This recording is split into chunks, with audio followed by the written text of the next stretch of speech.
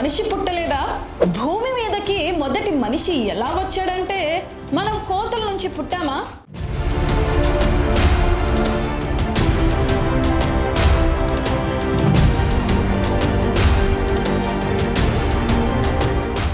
చిన్నప్పటి నుంచి మనం వింటున్న మాట ఇది, కానీ సైన్స్ ఏం చెప్తుందో తెలిస్తే మీరు ఖచ్చితంగా షాక్ అవుతారు.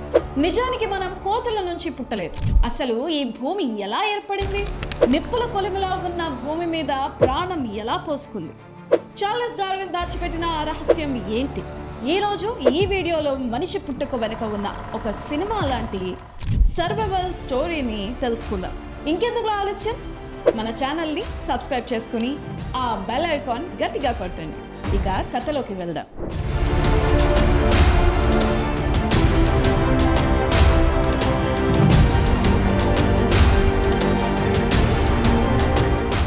ఒక్కసారి 470 కోట్ల సంవత్సరాల క్రితం కాలంలోకి వెళ్దాం. అప్పటి భూమి ఇప్పుడున్నట్లుగా పచ్చగా లేదు. అదొక మండుతున్న అగ్నిగోళం. ఉష్ణోగ్రత దాదాపు 6000 డిగ్రీల సెల్సియస్. ఖండాలు లేవు, మహాసముద్రాలు లేవు, అంతా ఒకటే పెంకులా ఉండేది. ఆకాశం నుంచి నిరంతరం ఉల్కల వర్షం కురుస్తుండేది. కానీ అలాంటి నరకంలో ఒక అద్భుతం జరిగింది.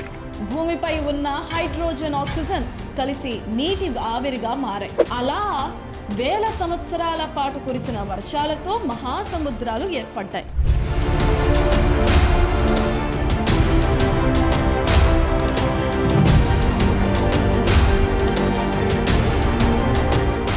నీరైతే వచ్చింది, కానీ ఆ సముద్రంలో నలుసంత ప్రాణం కూడా లేదు. అప్పుడు సముద్రపు నీటిలో పడిన పిడుగుల వోల్టేజ్కి రసాయన చర్యలు జరిగి ఎమినో యాసిడ్స్ ఏర్పడ్డాయి.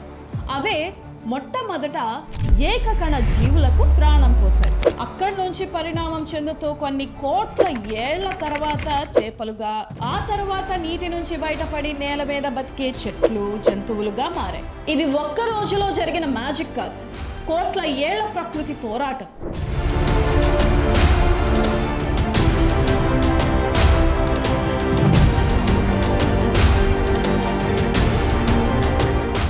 ఇక్కడే చార్లెస్ డార్విన్ చెప్పిన థియరీ ఆఫ్ ఎవల్యూషన్ వస్తుంది.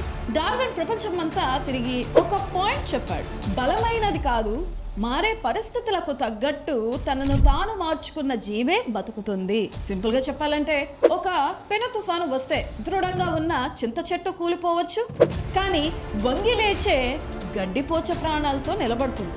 ప్రకృతికి తగ్గట్టు మారలేని ఎన్నో జాతులు అంతరించిపోయాయి, మారినవి మాత్రమే నిలబడ్డాయి. ఇక అసలు విషయానికి వద్దాం. చాలా మంది కోతులు కాలక్రమేణా మనిషిగా మారాయి అనుకుంటారు, కానీ అది తప్పు. కోతులు, చింపాంజీలు, మనుషులు వీళ్ళందరికీ తాత ఒక్కడే.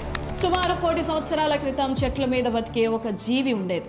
అయితే భూమిపై మంచు యుగం రావడం, అడవులు నాశనం అవడంతో ఆకలి తీర్చుకోవడానికి ఆ జీవులు చెట్లు దిగి నేల మీదకు వచ్చాయి. క్రూర జంతువుల నుంచి తమను తాము కాపాడుకోవడానికి 2 కాళ్ళ మీద నిలబడటం నేర్చుకున్నాయి. ముందు కాళ్లతో రాళ్ళు, కర్రలు పట్టుకుని ఆయుధాలుగా వాడటం మొదలుపెట్టాయి. అలా 4 కాళ్ళ నుంచి 2 కాళ్ళ ప్రయాణం మొదలైంది.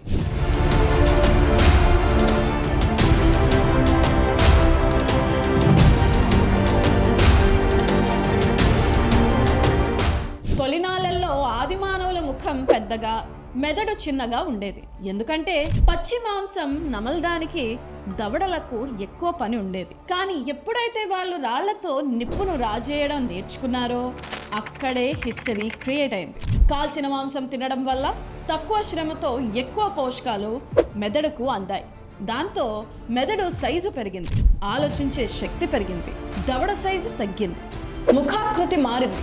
అలా అంచెలంచెలుగా హోమో ఎరెక్టస్, నియాండర్తల్స్ దశలను దాటుకుని నేటి ఆధునిక మానవుడు హోమో సేపియన్స్గా మనం తయారయ్యాం.